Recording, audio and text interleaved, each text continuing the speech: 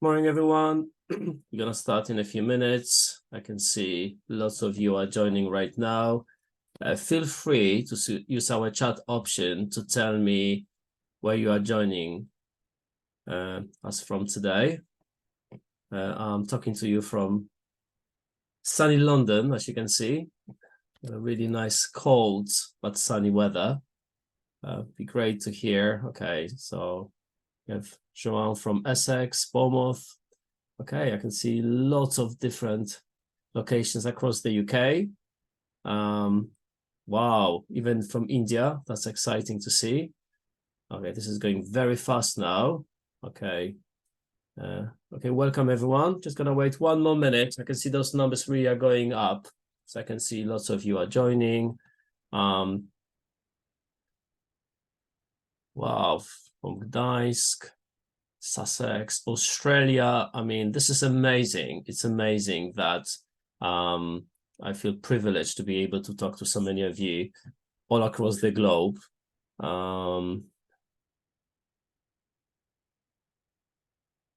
Okay, welcome everyone. Right. Okay, just gonna give it a few more seconds before I'm going to introduce myself and tell you a little bit about myself and the session. Right. Hopefully you're also enjoying some sunshine, most of you. Right, I think I'm going to start displaying my slides. Can you see my slides in the background? Can you just let me know in the chat option? You should be able to see the chat option. Okay, yes, great. So it's double checking everything is working so I can start my presentation, and I know probably more participants will be joining us in the next few minutes anyway. Okay, so let me see. Just gonna close the chat option during my presentation. Here we go. So good morning, everyone, or good afternoon, good evening, perhaps, to some of you. I'm going to talk about retrieval practice today, and I'm going to give you 50, probably even more than 50 ideas to make your lessons engaging, reflective, and fun. I always think retrieval practice is very important, but also it should give you and your students this opportunity for reflection, and also there should be some element of fun, so it doesn't become too repetitive. So my name is Witold Woźniak. I'm a lead practitioner, and I'm just going to tell you a few words about what I do. Just let me see why. Okay, here we go. So I'm a lead practitioner and I specialize in languages. I specialize in French and Italian, and I teach languages in primary and secondary, Key Stage 2 to Key Stage 4 for those who are familiar with the UK system. I also am mentor to ECT, so newly qualified teachers. I also do some marking for exam boards, for speaking and writing, which also gives me a little bit of insight into how the exam system is working. I'm also running Primary Languages Network in the borough of Merton and Kingston, and also run Jack Petty Scheme, DOV, Erasmus Plus, and a few other things within my school. I'm not all about languages. I love donuts. Krispy Kremes are my favorite. I love Starbucks. I love whiskey, and also I like fitness. So I even have my Instagram fitness page, Vitavos Fitness. If you want to keep active and want to have some extra ideas for a fitness retrieval practice, feel free to have a look. I presented in the last few years at the Language Show. I wrote a few articles, and currently I'm working on a book which is called Illuminating Pathways, A Journey to Becoming a Successful, Happy, and Effective Teacher. And if you want to keep in touch on Facebook, there is a page which is called Think, Teach, Thrive. And on this page, I published a chapter which talks about retrieval practice, and it includes lots of ideas which I'm going to talk to you today. So if you want to have a printed copy of some ideas, you can keep in touch, or you can just have a look and read it, or copy and paste some of it from my Facebook page, Think, Teach, thrive. So feel free to join it. Okay, so talking about retrieval, a few questions. So why do we remember some things but forget others? What do I mean by that? If I ask you a question now, what did you have for lunch last Tuesday? Do you remember?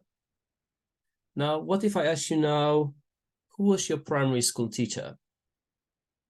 You're more likely to remember your answer to the latter question. Now, the question is why? And this is also when we need to remember when we're going to apply retrieval to our students. Why we don't remember something that happened a few hours ago, but we remember very well certain things from many years ago. Our focus is to get information in, but also get some information out. So as teachers, we very often speak, we teach, we present things, but how often do we actually get some information out? How can we check how much our students are retaining? So all we know is from different researchers is that working memory is limited. So what we are doing right now is limited, but long memory is unlimited. So our aim is to convert working memory into habits and unconscious retrieval. So by applying retrieval practice, we want our students to do it so many times that if I ask you a question, you know the answer without thinking straight away. I'll give you an example. It's not language related, but if I ask you a question now, how much is 6 times 4? You didn't have to think about any strategies to calculate it. You just know the answer. So that means your long-term memory is unlimited. You don't think, you know the answer. It's not always possible, but we want to move our limited working memory into the unlimited memory as much as we can. And this is our aim. And I'm going to show you some different strategies during my presentation. So it's kind of scaffolding, applying different scaffolding strategies in your language lessons and rehearsing the same skills, rehearsing vocabulary, rehearsing structures. And this way you can find out what is the teaching temperature in your class. Are they understanding? Are they working towards a goal? Or are they mastering? Or actually they don't understand and you need to come back and slow down your teaching. So what is other question to that could be, what is typicality in your classroom? So lots of questions, lots of reflections. Something I would like to share, I'm just trying to change the slide, which isn't working. Here we go. So this is a forgetting curve, which you may be familiar with, but this is showing, and I'm just pointing out here that when you receive information, new piece of information, when we teach, after 20 minutes, as you can see, almost 40% of this information has been forgotten already. And when you look, let's say after 1 week, 75% of this information has been forgotten. So retention is really, really going down. So if you heard something only once, as you can see, after 1 month, 80% of this information will be forgotten. So when we're going to be retrieving something, this curve will be slightly flattened. And I'm not talking about COVID, I have bad connotations when I talk about flattening this curve. But obviously, if you're going to, after 1 day, when 70% is forgotten and you're going to revisit something, it's more likely that they're going to be remembering 50% after a few rehearsals. And then obviously we are moving this limited memory until to unlimited working memory after many rehearsals. And that obviously is going to take many, many lessons. So we must be very, we must know what we are focusing on and what we want our students to know. Okay, so this is, as you can see, it's a balancing act in between learning and applying skills, and it's all about redoing and striking the right balance.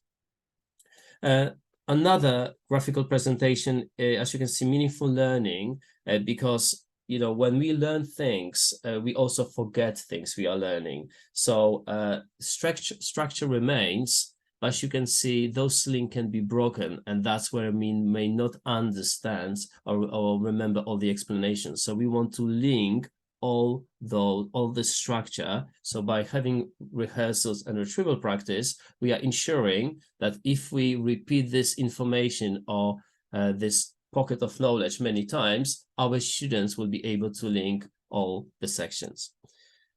Another hierarchy of competence, something you may remember, is just really present how you can turn wrong intuition or wrong analysis into right analysis or right intuition, okay? And this is another presentation which is showing you how you can be analyzing data, information, knowledge, and turning it into insight and wisdom, hopefully not in the last one. So let's dive in. Before I'm going to give you ideas, I'm just going to give you different formats of retrieval practice, because there are many ways of how you can incorporate retrieval practice in your lessons. So let me show you the first example. This is my favorite one, which I apply very often, mainly at key stage, go back, mainly at key stage 4. Probably this format, key stage 3, sorry, and key stage 4, probably this format wouldn't work so much in primary because probably there are too many tasks to be completed and would take ages. But it does work perfectly in secondary, and especially for GCSE classes. So I divide my slide into 6 different sections. As you can see in the first one, they have to write something in the target language. In the second one, they have to correct the sentence. So here we are focusing on common mistakes. So maybe I've been checking piece of homework, maybe had some writing practice, I'm noticing some mistakes. As you can see here, adjectival agreement isn't in place, or maybe preposition has been forgotten, some very common mistakes. And are they noticing that? Are they aware of that? If I show this or similar sentence, let's say 5 or 6 times in the next fortnight, will they start noticing, oh, this letter is missing, or this preposition isn't there? Fill in the gap, again, very similar. Are they noticing what could be there? So the sentence makes sense. I'm very open-minded. Sometimes actually students come up with solutions which also make sense. So we have a discussion, and it's great to, obviously language isn't set in stone. So you have to be open-minded and very welcoming to students' interpretation of a sentence. Here, probably they don't have so many options. Sorry, just gonna move my face. Here we go. But if someone said, for instance, dans cette région, that could be also correct. It could be dans ma région, dans la région. So as you can see, there are lots of options. Find an odd one out. Again, this is an element of fun and thinking skills. So I encourage my students to be free thinkers. And for instance, here, when I was writing this exercise, I was actually thinking that un magasin is the odd one, because the first 2, bed and chair, belongs to a house when un magasin is in town. So I was thinking, okay, we've been studying about house and town, so they should recognize un magasin, is it in a house? But funnily, someone told me, no, it's Mr. Wojciech, it is in shares. I said, why? Oh, because it's feminine. So they actually were thinking, yes, from grammatical point of view, right, the other 2 words are masculine. So as you can see, again, great discussions. 5th one, translated to English. Don't need to explain it. The only thing I do, I don't allow my students to read it in English straight away. I say, can you read it in French and then read it in English? So they are still practicing the language. And obviously the most difficult one, the most hated one, translated into French. I know it's usually difficult, but again, they can access their notes. And very often, if they struggle with a sentence, I would probably give them a similar one next lesson. Okay, so this is one way of how you can introduce it. Second one, you can also invite parents or students to work on the retrieval practice as part of the homework. Homework, in a way itself, it's already part of a retrieval practice. But this is an example of something maybe you could publish on the school website, in the school bulletin, or maybe students could stack at the back of the books. So you give some question and answers that they have to complete or practice at home with parents or with friends or brothers or sisters. So for instance, can you name 3 colors? Can you name 3 classroom objects? Can you go up to 10? What about backwards? So you can make it more challenging. This is obviously an example from a primary school where at the beginning of year 3, students are practicing some simple things. So you can give those top 10 questions and they can be recording their scores. So if you want to engage your parents in your community, or you want to publish some things on the school website, this kind of retrieval practice is also quite practical. Another format you may want to apply is so goldfish, dog, and elephant. So something from last lesson, something from last week, something from last term. You can do it 2 different ways. Either you're going to design a task they have to complete, whether it's translation, correction, or anything you wish, or you can just leave it empty and actually students write something from last lesson, something from last week, something from last term, and you encourage them to use notes. So it can be self-reflective or can be prescriptive, up to you. Another one can be a keyword spotlight. As you can see, this example is actually from a history lesson, but I'm just gonna give you an example how you can incorporate it, let's say, probably more in secondary school, especially maybe for your GCSE syllabus. So let's say can be a key theme, not keyword, but let's say we are talking about free time, or let's say holidays. And what students have to do, so they have to, let's say, write, so holidays, how do you say holidays, let's say in Spanish? Can you use the word holiday in a sentence? And here, for instance, you can write, can you express an opinion about holidays? Can you tell me what you did during your last holiday? What you will do next holiday, and what you would like to do next holiday. So as you can see, you throw an idea, but then you're just prescribing how in how many different ways they have to talk about this specific topic. Again, great retrieval practice. You know your classes, you know what's going to work best, or maybe which classes need more guidance and more prescriptive approach. You may also want to apply a retrieval practice placemat. So those tasks are very generalized, as you can see, and it's very free, but you just ask questions and students have to write some reflection. So which words, for instance, did you learn last lesson, or what expression do you remember best from your lesson, or which words you didn't remember from your last lesson? Look back in your notes and tell me which words you're not recognizing from the last lesson. Great way to invite your students to revisit the notes, have a think what they remember, don't remember, or not sure about. I was talking about the class temperature. So this is the right time when you can actually maybe ask, oh, so you don't know what this one means. Okay, class, do you know what this sentence meant? Class can read it, revisit it, and have a discussion about. So I always think retrieval practice helps you find out if what you are planning to teach next lesson actually should be taught straight away, or you need this emergency 5 minutes to put things in place and actually re-inform your students that, let's say, before you're going to introduce past tense, they actually, for instance, in French or maybe Spanish, they know how to conjugate verb to have in the present tense, or verb to be in the present tense. Because if they don't know that, or if they didn't write it down, just assuming they remember it from year 7, for instance, can be counterproductive. So we kind of preempting problems. Who likes problems anyway? So this one, this is an example where you can turn your retrieval practice into a competition, and they can be scoring points. As you can see, this one it's an example from an IT lesson, but talking about languages, so something from last lesson, last week, last term, and this is way back. And again, you can include either simple translation, either vocabulary, either grammar topics. Sky's the limit.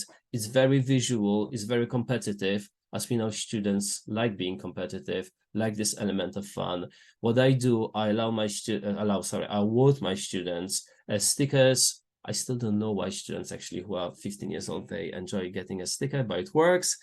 Sometimes I give stamps, or I give points. If you have a system like we have Arbor, for instance, in my school, I can register rewards points. I always say, okay, today, this is your chance. Some of you will get 1, 2, or 3 points if you're gonna get to the higher level.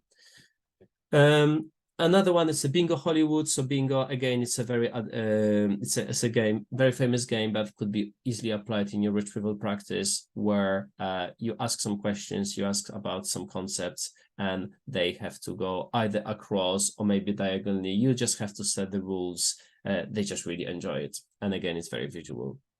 So I explained why retrieval practice is important. I told you how you can structure it different ways. Let's get to the what and all the ideas I would like to talk about.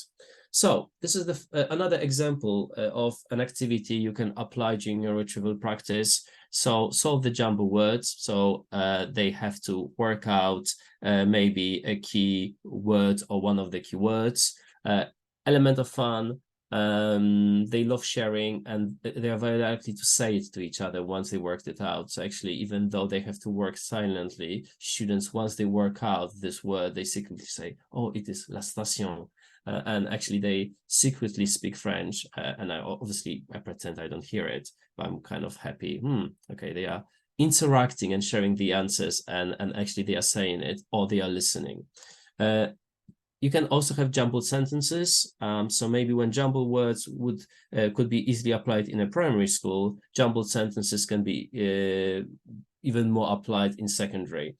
So this is an example in German when they have to work out. And again, especially in German, what is useful is, can they apply the right order? So in different languages, you can be focusing on different skills. Find the odd one out. I know I showed you an example on the previous slide, but all I'm saying in this slide is that find the odd one out could be your entire retrieval practice. That means you give, let's say, 10 different examples, just like here. And as you can see, there are lots of elements of grammar, or where they can be thinking about masculine, feminine, or different pronouns, and also what those words mean. So in a way, you're not only retrieving their understanding of grammar, but also vocabulary. What I would do here, I would probably give them 2 or 3 minutes where they do it by themselves. I would give them 1 minute to discuss with their partner whether they agree or disagree and what they think about before we're going to actually read it as a whole class. And once we read it, we're going to discuss it. So there's lots of speaking, lots of writing and reading. So it's kind of a combo. So it's not just working in silence and just checking the answers.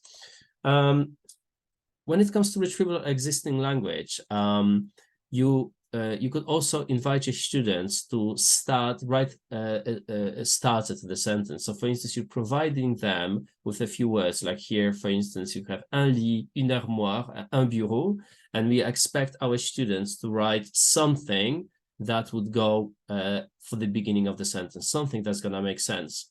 So for instance, could be something in this context, could be j'ai, I have a bed, wardrobe, and a desk, or could be il y a un lit, une armoire, un bureau. So already there are 2 different options, and that obviously sky's the limit. It could be nous avons un lit, or could be she has, or he has, and so on. So we are checking, can they think about something? Can they use their language? And we are just very open-minded about any options as long as they are correct.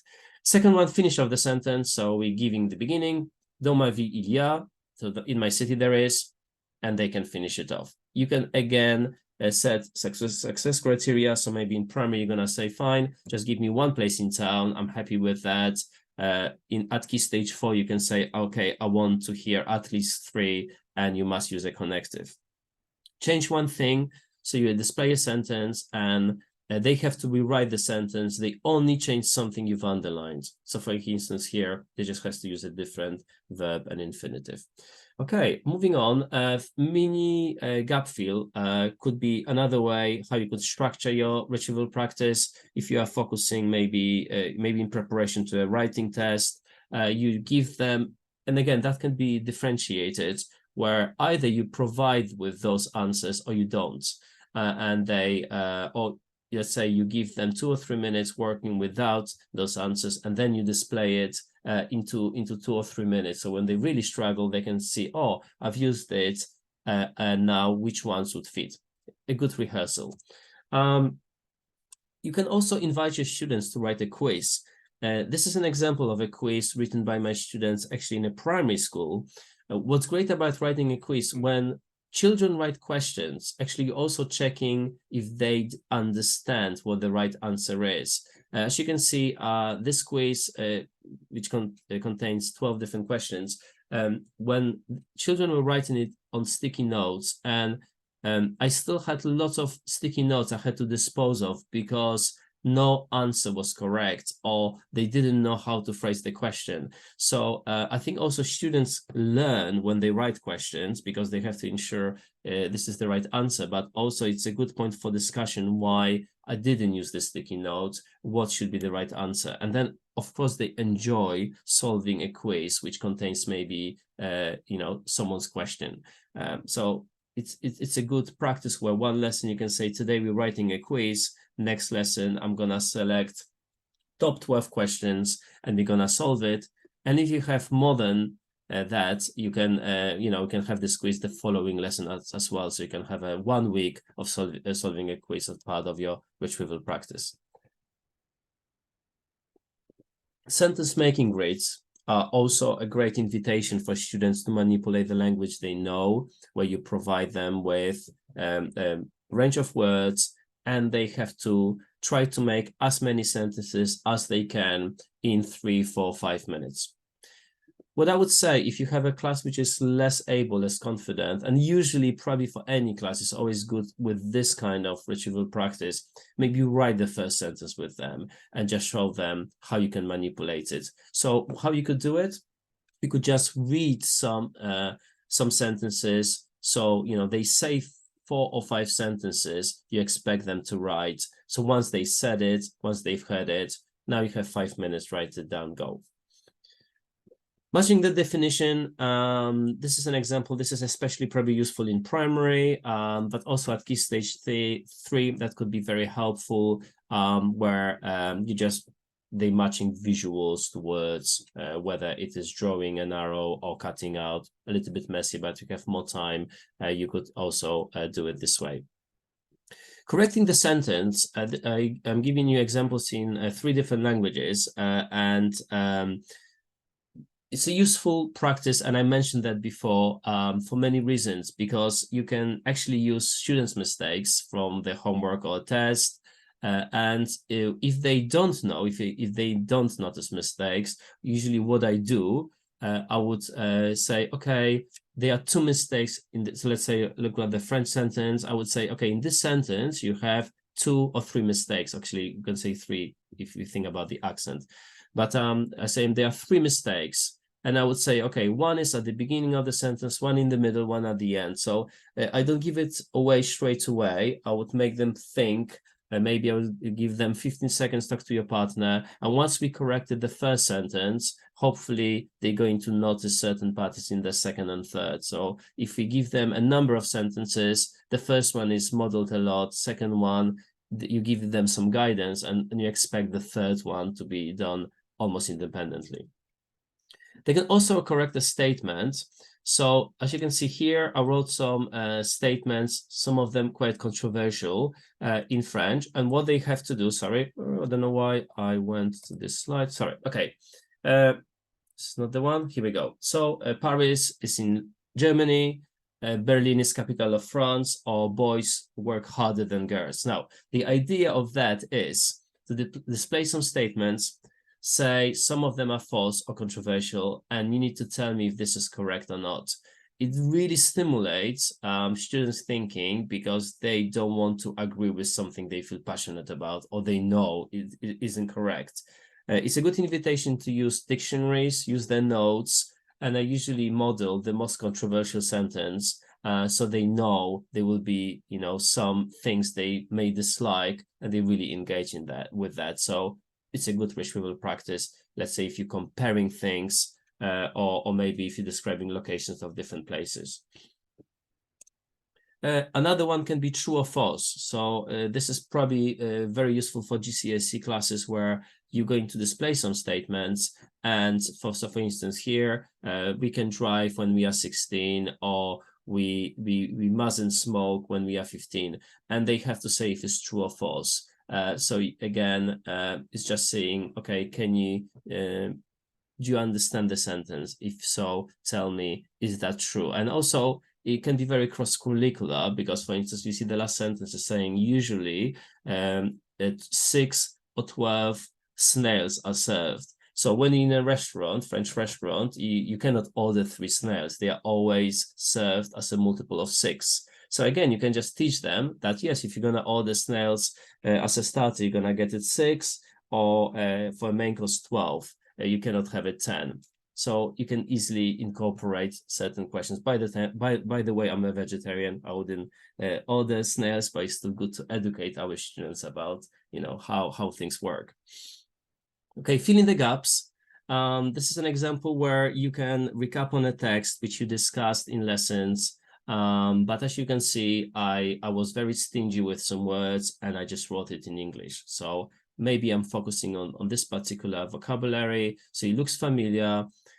They have probably this text already in the books. So they can go back, but I usually walk and say, okay, no one's looking back for the first 3 minutes. I want you to do your best. And then after 3 minutes, I say, if you must look back, it's better if you look back and do it, then look at the ceiling.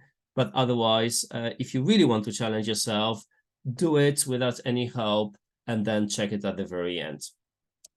You can leave it more open-minded, where actually you just could leave gaps, and that could be open to anything. So if you have more able class, or maybe you've done this one already, let's say once or twice, and now you really want to challenge them, say, do you remember what it was? Can be the same thing, but if you put something that's going to make sense, go ahead.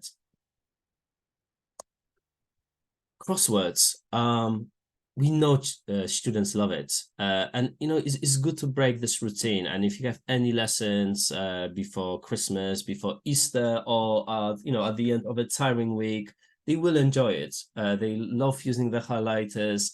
There's an element of fun. So for instance, this is an example in Italian where they have to find numbers. The good thing is when I introduce word searches is I make my students read it first. So we would actually do some speaking first, because retrieval practice shouldn't be only writing and reading. So it should also have those elements of listening and speaking. So for instance, here I would read, okay, 20, they would say 20, 16, 12, 8, 4. Once they repeated it, I would probably say, okay, now we're going to play ping pong. When I say 20, you say 16. I say 12, you say 8.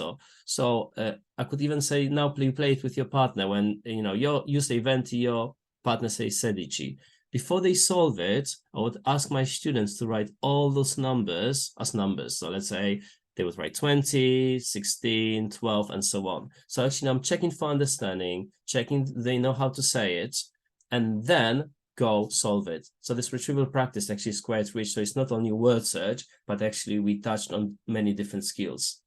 And the same way, this is if you want to be really a proper Grinch, you could give them those Italian numbers without words in Italian. So yes, they can see how many letters they have to use, but now those numbers are just numbers. And now they have to remember that 16 is 16 or 22 is 22. Tough. I know it's tough, but again, if they have knowledge organizers or if they have a printout, let them use it. I always tell my students, it's not about knowing the answer. It's about knowing where to find it. So I just don't like students who think like, I can't do it. I don't know. No, you can. And I open the books, look at here. So it's always showing them a way of how you can move ahead. This is another example. This is for Key Stage 4. I used it in my 11. This is an awful word search. But sometimes we have to be awful to our students if we really want to push them. So that could be really, really proper, a very mean retrieval practice where they have different words in French, but the words stated below, as you can see, are in English. So they have to now remember how you say, for instance, erosion or greenhouse effect, or how you say nuclear energy. Obviously, before the lesson before we did this word sheet and I gave them all the words in French. They were listed in French. And second lesson, because it was retrieval, I said, you're solving the same thing, but this time those words are in English? Do you remember how they sound like? Do you remember what we learned last lesson? And this is very challenging. It's very unlikely we're going to finish it in 5 minutes, but what I always say, okay, you do as much as you can in 5 minutes, the rest is homework. And that gives them motivation to work hard in the first 5 minutes of the lesson, because they know the less they do, the more they're going to have part of the homework. So it's like a friendly blackmailing.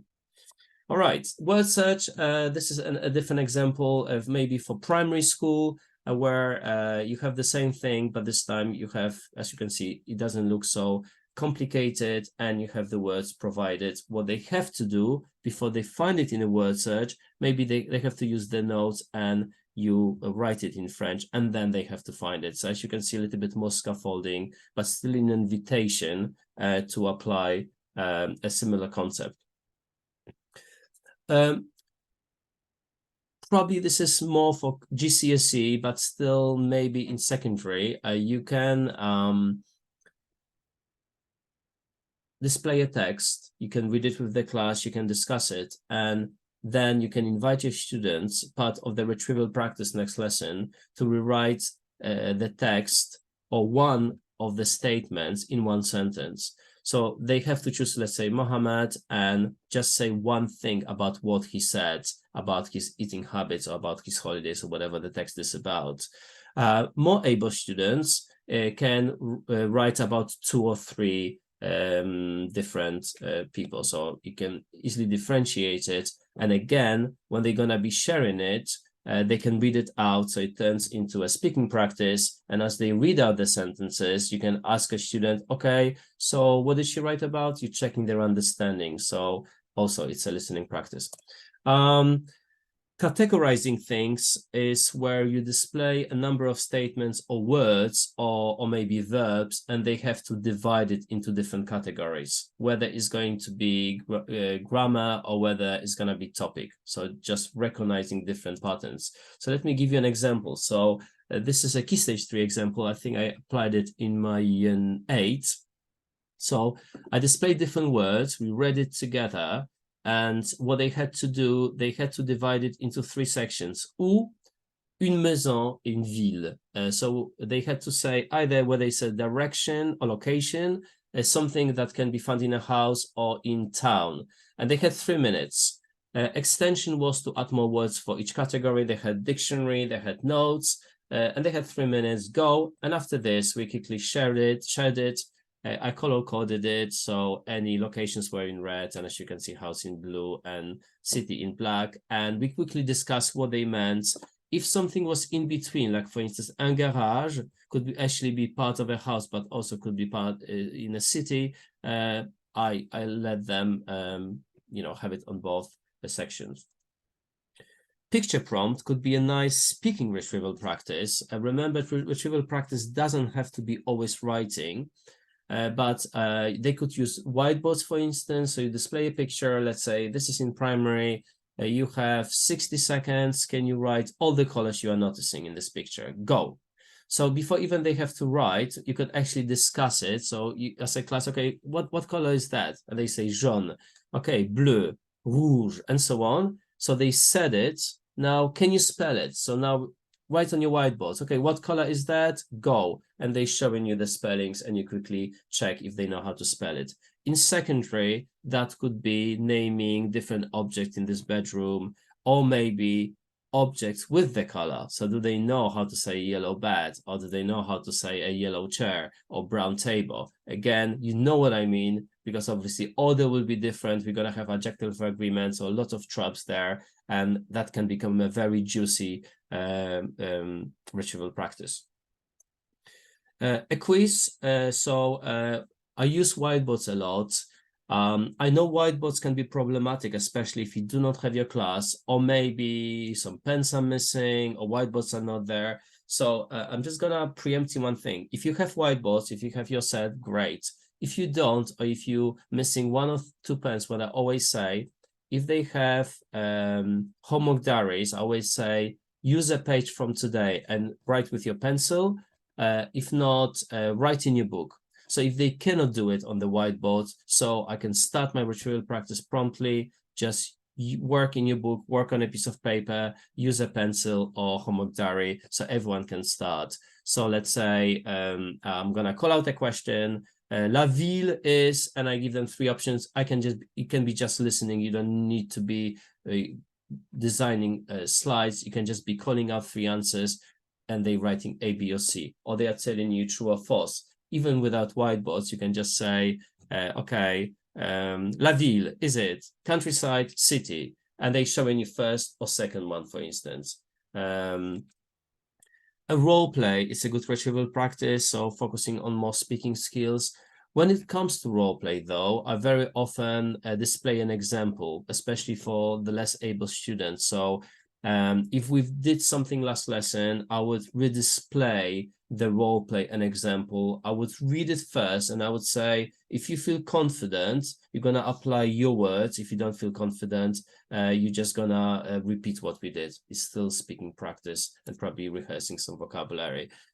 So fireball recap is where they have to say something and they have 5 seconds. So maybe you have a soft toy and let's say you are in primary school and you are rehearsing 7 days of the week. So if I say Monday, I throw it, you have to say Tuesday, Wednesday, or could be if I say uno, you say due, tre, quattro, cinque, sei, and so on. If I say January, you say février, mars, and so on. So a quick recap for some simple words, telling the time or saying something different. So for instance, you were naming places in town and they have to say something different. What I allow less students, low ability students to do, I say you cannot repeat the word that was said by the last person, but I allow to use the word from before.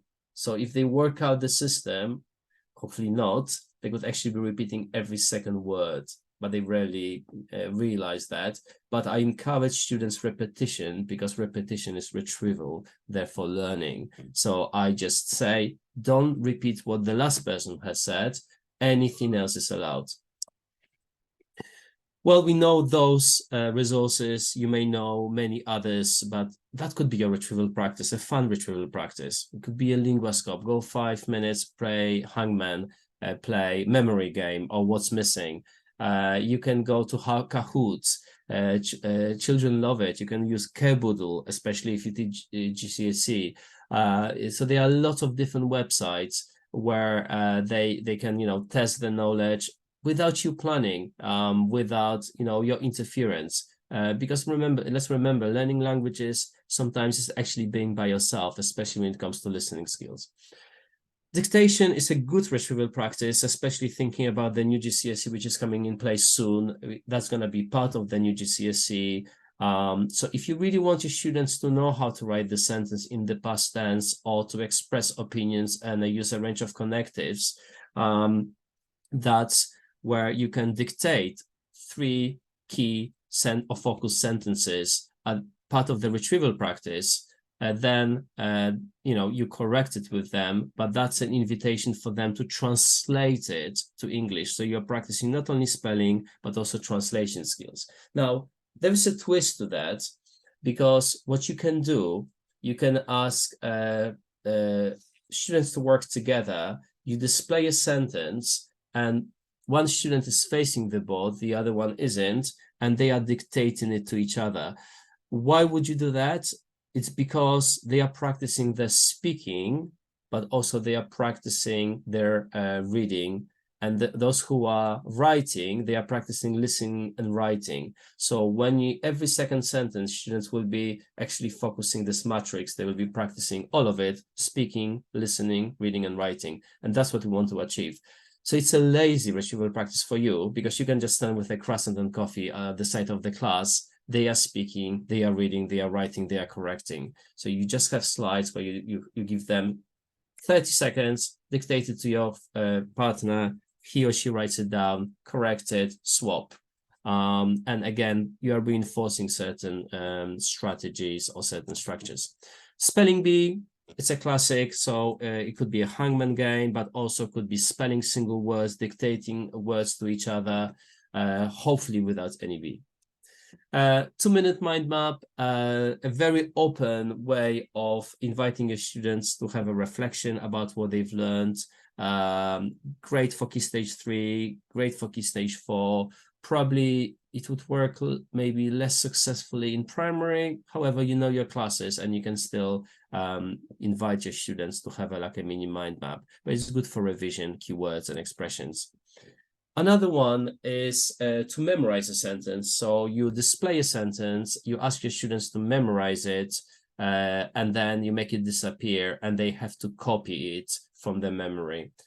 So because this sentence becomes very precious, because they know it's going to disappear, they are more likely to pay attention, more likely to focus on spellings. And what I do is, let's say, give them 3 sentences to memorize, and then the 4th one is a repetition of the one they most struggled with. So actually, they still revisit. It's a retrieval within retrieval. So you can really play, with their common mistakes or misconceptions. Thank you for listening. I made it right on time, 11 o'clock, and I hope some of the ideas were helpful. And you just, what is important, I hope you're going to try some of them. So again, you're not going to try 50 of them straight away. Try 2 or 3. If something doesn't work, it doesn't work. Try, because we have different classes, we have different abilities, different behaviors. Sometimes we know with certain classes, if you give them too much freedom, they're gonna eat you alive. So you have to be more structured. So some of those, I know some of those ideas were very strict, but some of them, are very open-minded, and that's exactly, where your judgment has to come in place. Thank you very much. I'm just gonna quickly look at the chat option because I wasn't checking not to be distracted.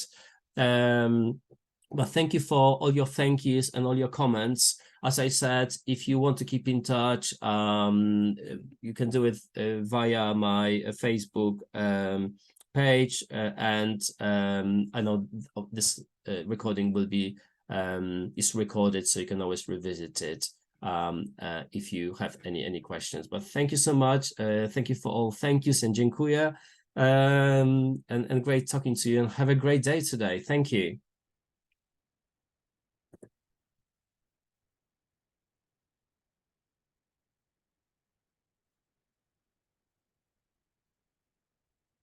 Thanks, everyone.